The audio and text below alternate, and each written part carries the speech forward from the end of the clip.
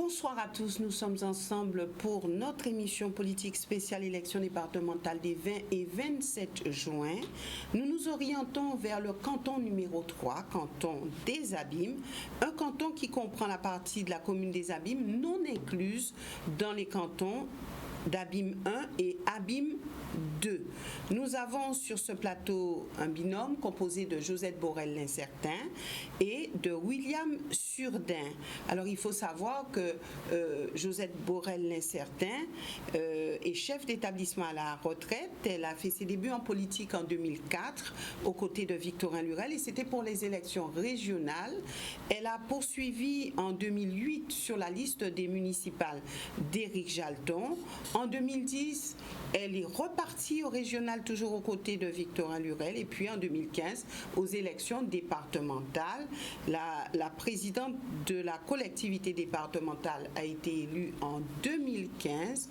Et puis, bien sûr, elle a un bilan à avancer ce soir sur ce plateau. Elle était alors accompagnée de Louis Galantine. William Surdin, lui, a fait ses débuts en politique en 2008, aux côtés d'Éric Jalton. En 2014, il a eu un parcours aux côtés d'Olivier Servaille et c'était pour les élections municipales de 2014.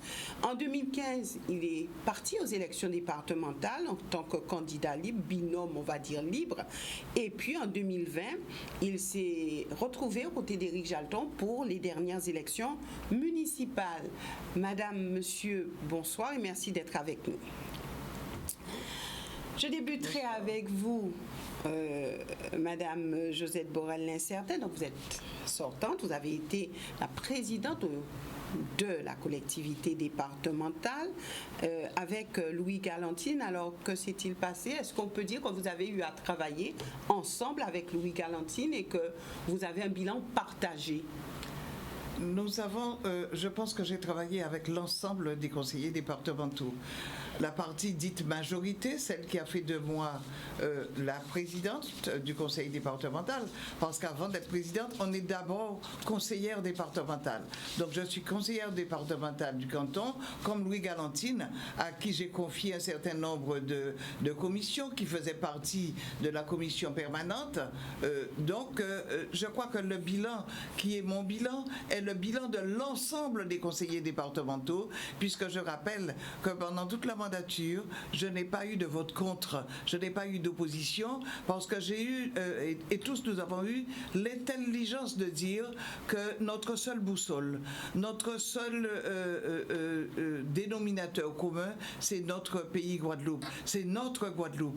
Donc nous avons, parfois nous n'avons pas été d'accord, heureusement, puisque la démocratie, c'est aussi avoir comme aiguillon la minorité qui vous rappelle, qui vous propose, avec qui vous discutez pour arriver à ce qu'on appelle une décision commune et qui a fait que j'ai travaillé aussi avec monsieur Louis Galantine. Oui. Alors, vous avez avancé votre bilan, nous verrons avec vous les temps forts et vous avez dit avoir bien travaillé, vous avez aussi avancé la situation financière de la collectivité. Qu'avez-vous à répondre à ceux qui disent que justement vous auriez pu aller plus loin dans l'action, faire plus? Vous parlez certainement des fameux 80 millions dont on parle. Alors c'est dire même ceux que j'ai entendus qui sont censés savoir ce que c'est qu'un bilan, ce que c'est qu'arriver en fin d'exercice et avoir un bilan positif. Le mien est de 80 millions que je peux expliquer. Nous avions voté comme tout le monde. Je l'espère que les gens votent leur budget en décembre comme moi-même. Donc en décembre 2019, j'ai voté un budget. Un budget qui était censé être exécuté pendant toute l'année 2020. 2020, nous savons que très vite nous avons été face à un confinement que nous ne connaissions pas. Donc tout le BTP était à l'arrêt pendant quelques mois. Et même quand on a déconfiné, c'était très difficile de redémarrer en mars ou avril, puisque nous avons été pratiquement obligés de reconfiner à l'époque. Donc tout ce qu'on avait proposé et qui aurait dû être réalisé en 2020, ça n'a pas été fait. il y avait des événements majeurs que je devais financer par des subventions. Nous n'avons pas pu. Par exemple, en famille, que je fais chaque 26 mai, nous n'avons pas pu le faire. Donc, c'est autant, je dirais, d'euros, je dirais, de sommes que nous n'avons pas pu mettre en jeu. Et puis, il faut quand même dire que la région Guadeloupe mobilisait 20 millions qu'ils devaient nous donner depuis quelque temps, depuis l'année d'avant et l'année d'avant, et qu'ils nous ont donné en 2020.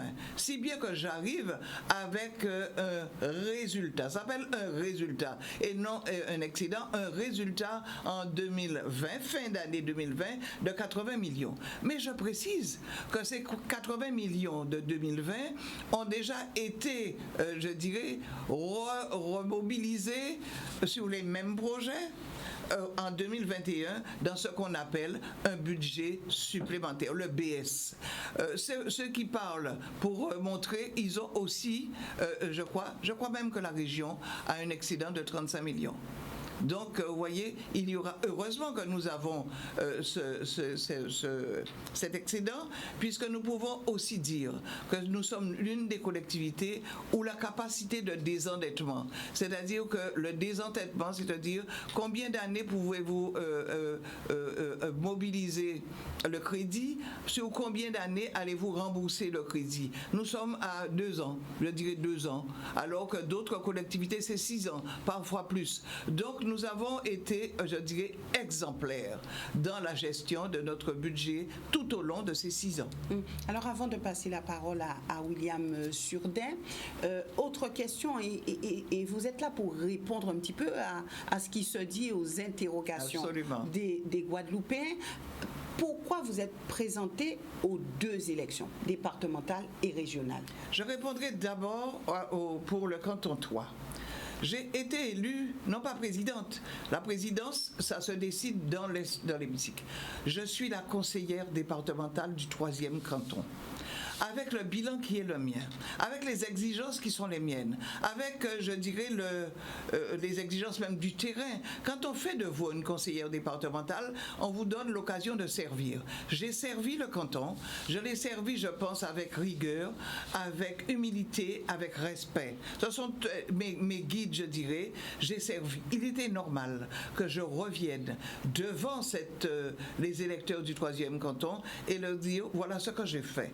Et j'ai la chance de revenir avec la même remplaçante, avec Marie-Corinne Lacascade, qui aura certainement à peut-être demain être conseillère départementale. Si le bilan que je présente, qui est un bilan extraordinaire, je dirais, parce que j'ai changé, non pas en mutation, mais l'état d'esprit même.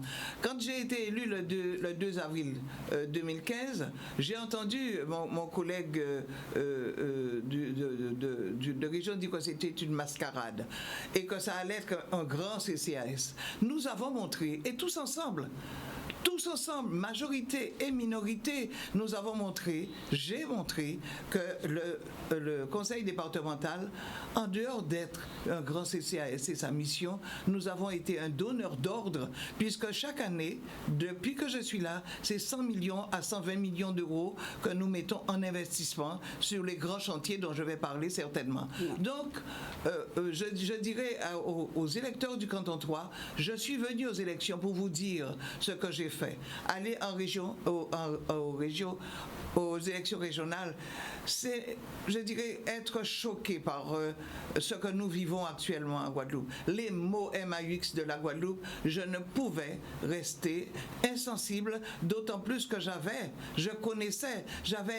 présidé le destin, je dirais, de la région Guadeloupe pendant 2 ans. Donc, je me suis dit, il faut obligatoirement que tu relèves aussi ce défi. Et je le relève avec une série de jeunes talents guadeloupéens. Vous avez eu à travailler quand même avec le président de région. En tout cas, on a cru comprendre que c'était quelque part main dans la main que vous avez avancé tous les deux. Jusqu'à un certain temps. Ça devait jusqu'au bout, parce que j'ai entendu que je n'ai pas répondu présente.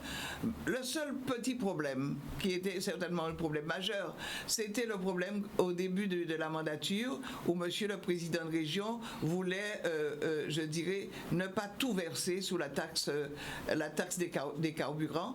Le tribunal administratif a jugé, et le Président de région a dû me reverser la somme qu'il avait gardée, je ne dirais pas confisquée, mais qu'il avait gardé. Mais je crois que chaque fois, j'ai été jusqu'au bout.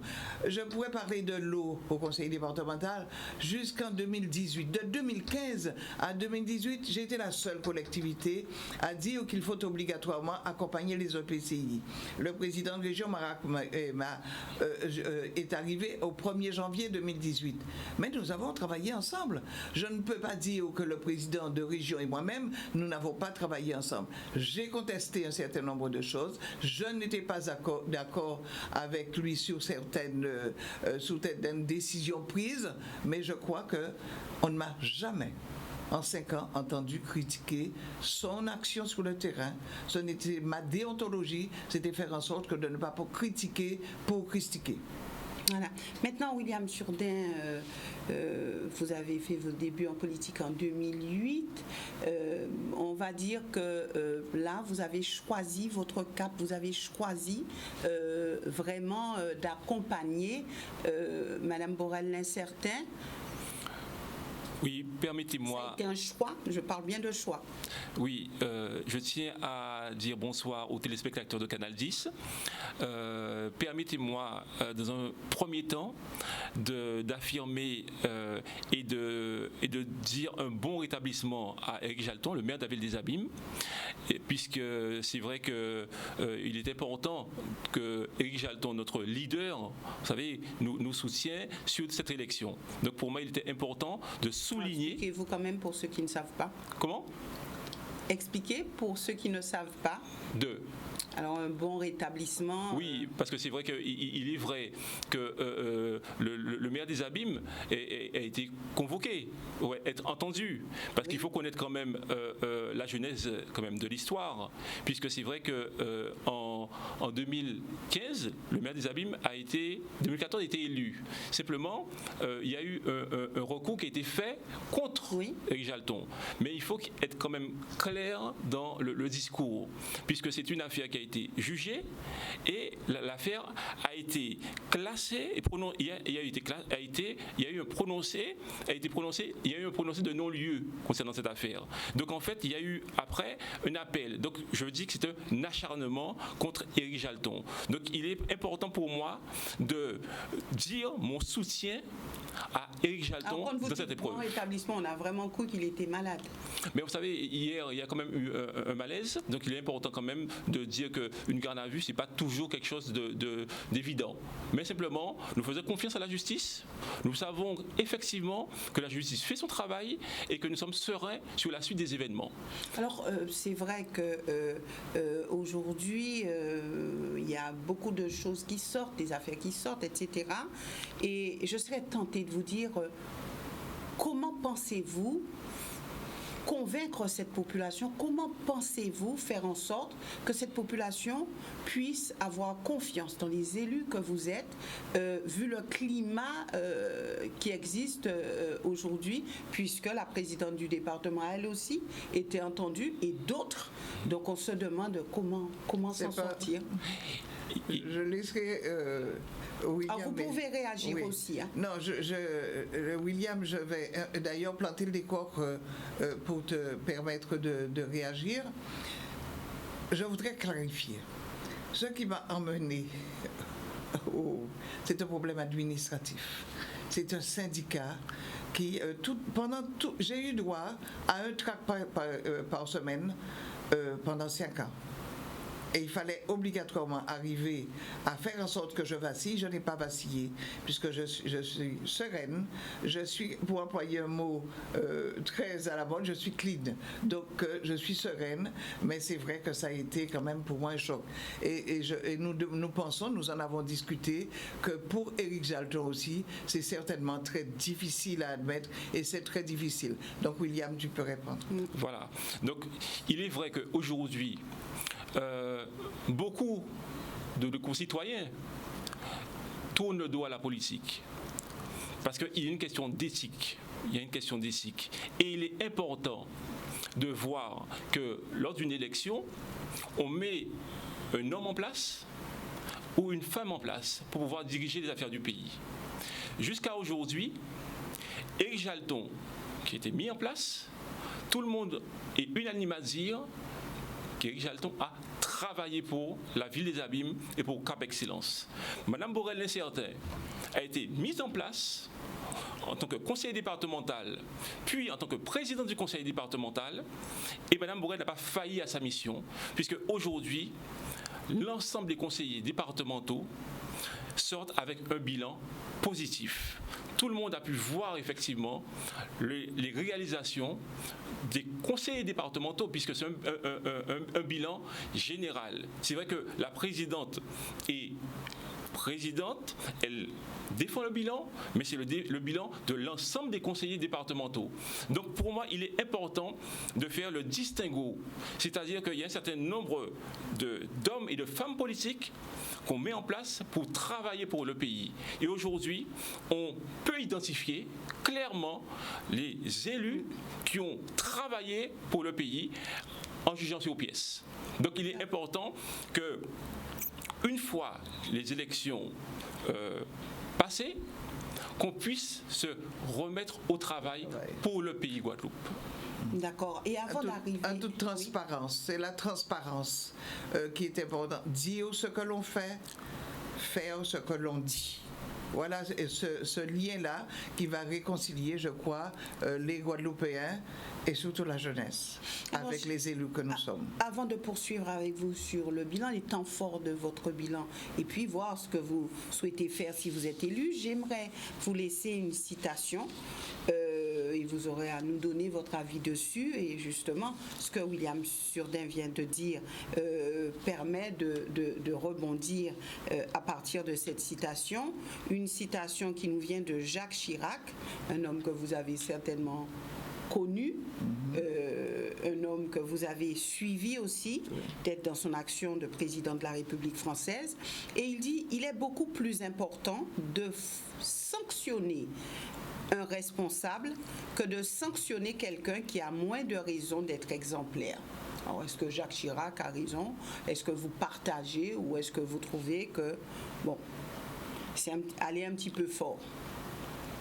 Qui veut commencer? William?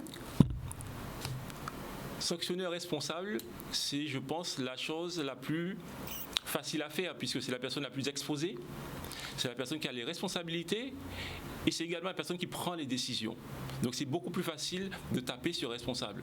Mais ça n'en découle, il faut effectivement prendre en compte que le responsable n'est pas seul dans la prise de décision. La prise de décision est une décision finale. Et il est important de dire que, effectivement, lors de cette citation, que tout un chacun doit porter la responsabilité de la décision du responsable. De responsable. Donc, quelque part, vous ne partagez pas quand il dit qu'il est beaucoup plus important de sanctionner un responsable que de sanctionner quelqu'un qui a moins de raisons d'être exemplaire. Non, je ne Pour vous, tout le monde doit être au même niveau. Je pense que une décision, c'est une décision collective. C'est une décision collective. Voilà. Donc c'est vrai qu'en ayant une décision collective, celui qui est responsable donne en fait la réponse, donne en fait la décision. Mais c'est suite à une décision collective. Oui. Vous venez de dire que oui, c'est tous nous devrions être responsables et tous nous devrions être sanctionnés quand la sanction est méritée.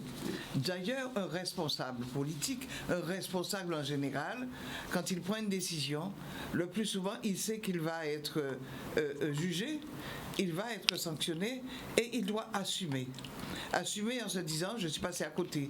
Quand on est en politique, je vous parle de mon bilan, je viens et et les électeurs peuvent se dire, mais elle n'est pas allée jusqu'au bout de ce qu'elle nous avait promis, ou encore elle aurait, comme vous l'avez dit tout à l'heure, faire mieux.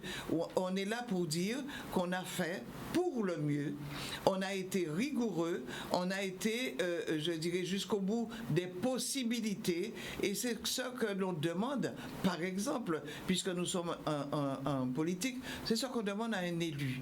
À un élu de dire la transparence doit être chaque fois, justifie chaque fois nos prises de décision. Pourquoi a-t-on pris? Pourquoi on n'a pas pu faire? Pourquoi on a réussi? Tout cela fait partie, je dirais, de ce que nous devons mettre sur la table pour ne pas être sanctionnés injustement.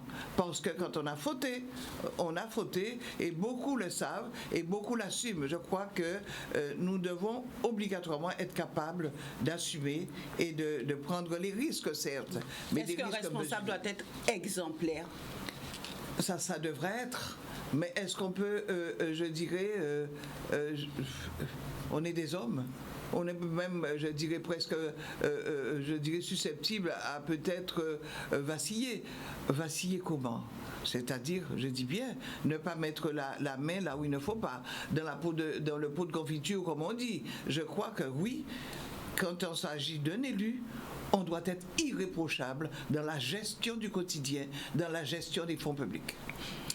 Merci. Maintenant, avec vous, nous verrons les temps forts, mais vraiment les temps forts de votre bilan. Qu'est-ce qui a marqué cette mandature? Qu'est-ce qui vous tenait à cœur? Plusieurs choses.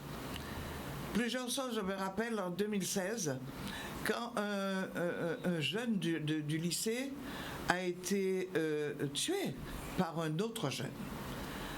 J'ai pleuré. Je suis allée voir les parents de ce jeune qui était exposé, et puis je me suis dit, où est la famille? Et je me suis rendu compte, parce que j'avais vu quelque temps avant, j'avais visité la maison de l'enfance, et j'avais vu les conditions dans lesquelles on accueillait les enfants, les conditions dans lesquelles les agents qui les accueillaient, le personnel qui les accueillait effectuaient leur mission, parce que c'est une véritable mission. Je me suis dit qu'il faut obligatoirement prendre en compte ce besoin qu'ont les familles d'être écoutées, d'être entendues, d'être accompagnées. Donc la première chose, je dirais, pendant toute cette année 2017, fin 2016, début 2017, nous avons sillonné la Guadeloupe et nous avons mis en place pour la première fois les assises de la famille.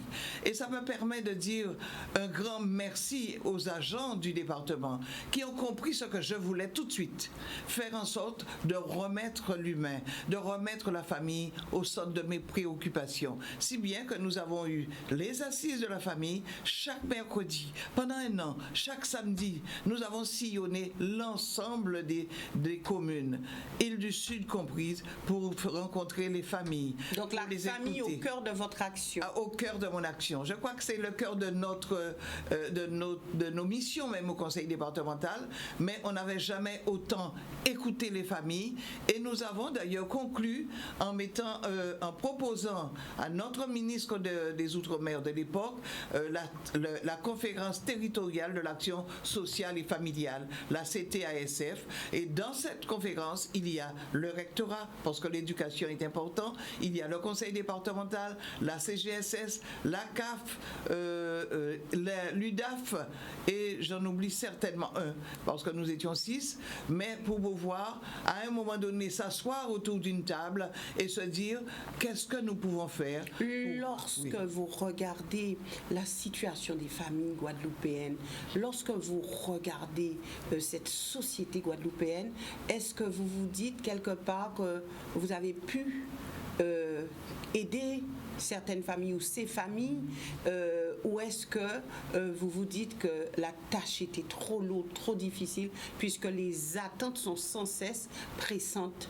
Les attentes je ne dirais pas trop, sont là, existent. Nous avons accompagné, nous avons été présents. Et je peux dire, aujourd'hui, William est mon binôme, mais il a été mon binôme pendant 5 ans, aussi sur le terrain, puisque nous avons, sur ce terrain-là, on a sillonné le terrain. Moi, je n'étais pas toujours présente, devenue présidente, mais William qui a découvert. On s'est découvert fin 2015. Oui, parce qu'en 2015, rappelons qu'il était face à moi.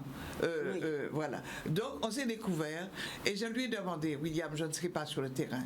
Donc, il faut quadriller le terrain parce que notre canton, c'est certainement l'un des cantons des abîmes les plus difficiles, les plus compliqués, où le social doit porter une réponse, je dirais, en continu. Donc, j'avais M. Célinet, qui est le binôme de William, j'avais Marie-Corinne Lacascade, qui est mon binôme. Nous avons été présents sur, je dirais, l'ensemble des sujets difficiles. Donc, c'est pourquoi je reviens à la famille. Louis Galantine revendique ce canton. Il dit, je suis l'enfant du canton et j'ai travaillé sur ce canton. Il n'y habite pas. Il dit que c'est son canton, c'est viscéral. Oui, le jeu l'emporte et c'est mauvais. Le jeu l'emporte et c'est très mauvais. Ça montre bien qui est l'individu, Louis Galantine. Oui. William. Il est vrai que Louis Galantine revendique effectivement quelque chose qui n'est pas fondé, puisque c'est vrai que durant les dernières années, nous avons eu à sillonner les quartiers du canton avec Mme Borel, avec Éric Célinet, qui est mon remplaçant, avec Marie-Corinne Lacascade, puisque le canton avait été abandonné par Louis Galantine.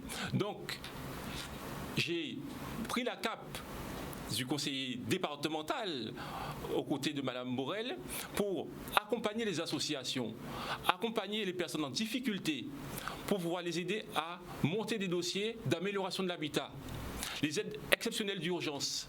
Et une fois sur le terrain, une fois à aller à la rencontre en fait de cette population, on faisait remonter les dossiers à la présidente. Et voilà, parce que si effectivement Louis Galantine était présent, nous n'aurions pas eu à faire ce travail-là.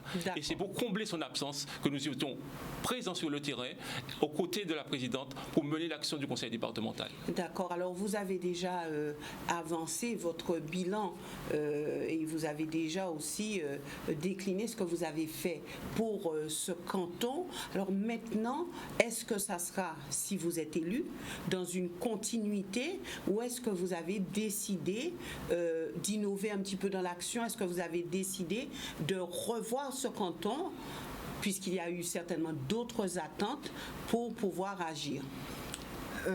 Vas-y, William. Il est vrai que dans ce canton, il faut dire qu'il y a beaucoup de précarité. Et l'action sociale, en fait, prend tout son sens au sein de ce canton. Et c'est pour cela que nous avons quelques priorités concernant les jeunes, puisqu'il est vrai qu'il y a une grande attente de la part des jeunes, des moins de 25 ans, on dira, surtout parce que c'est eux qui sont touchés essentiellement par le chômage. Donc, au conseil départemental, nous voulons accompagner ces jeunes. Et il y a un certain nombre de dispositifs qui existent, que le département a mis en place au travers de la mission locale. Je peux citer la garantie jeune, qui permet d'accompagner les jeunes à travers leur processus de recherche d'emploi, puisqu'en fait c'est un dispositif qui est mis en place pour accompagner les jeunes qui ne sont pas formés, qui n'ont pas de diplôme et qui sont à la recherche d'emploi. Donc les jeunes, la priorité? Une des priorités, puisque vous savez, les personnes âgées aussi restent une priorité du conseil départemental, puisque aujourd'hui, il faut dire que le conseil départemental met en place des dispositifs pour permettre aux personnes âgées dépendantes et des aidants familiaux à choisir, on va dire, leur situation de vie. Je m'explique par là. Ce n'est pas une fatalité d'être placé en EHPAD. Le conseil départemental permet également que les personnes âgées puissent être en maintien à domicile ou sinon en famille d'accueil. Donc ça aussi, c'est un élément important pour pouvoir proposer un panel de solutions aux familles pour mieux vivre en fait en Guadeloupe. D'accord. Alors sur quoi ce soir, et vous pourrez poursuivre rapidement, sur quoi ce soir pouvez-vous vous engager face à la population du canton qui vous regarde? On ne peut qu'amplifier ce que nous avons fait pendant 5 ans. On ne peut que, je dirais, apporter une amélioration aux conditions de vie de nos concitoyens qui sont sur ce canton. Pendant le confinement, nous savions qu'il y avait de la précarité. Et nous avions au conseil, alors globalement le conseil départemental, on avait travaillé en amont avec les CCAS de l'ensemble des communes. Et on s'est rendu compte qu'il y avait un certain nombre de personnes en difficulté sur l'ensemble du département, mais sur notre canton. Et on a pris la responsabilité avec les CCAS, mais surtout avec les services du département, très rapidement identifier les personnes qui âgées, qui faisaient jusqu'à présent, comme on dit, leurs petites affaires, qui n'avaient pas besoin qu'on aille faire leur commission pour eux dans les petites boutiques, mais qui se sont retrouvés confinés. On en a compté 1800 et on a décidé sous l'ensemble du territoire, mais en 3 jours, de trouver le moyen de porter des repas midi et soir. Nous avons servi pendant tout le confinement 1800 repas midi, 1800 repas le soir. Donc il faut rendre pérenne. Nous l'avons fait pendant le confinement. Pour moi, mon obligation actuellement, c'est rendre pérenne le portage des repas pour certaines personnes qui par fierté ne mangent pas mais ne le disent pas. Donc nous devons obligatoirement penser aux personnes âgées, penser aussi aux enfants, à ceux qui sont dans les crèches, à ceux qui sont dans les écoles maternelles. Merci. Et pour vous, pour terminer, un engagement. Engagement, c'est être aux côtés des jeunes, être aux côtés de la population qui en a besoin. Puisque c'est vrai qu'on parle de beaucoup de dispositifs, on entend beaucoup de choses, mais simplement, il est important d'accompagner les personnes en difficulté. Et nous nous engageons aujourd'hui d'être aux côtés de ce public-là, aux côtés des personnes qui sont dans la difficulté, puisque c'est le rôle premier du conseil départemental.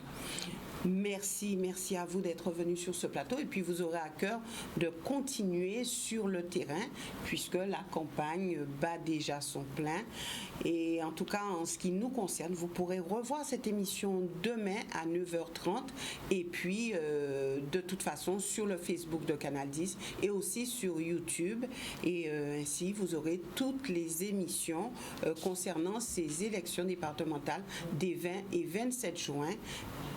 Très bonne fin de soirée à tous.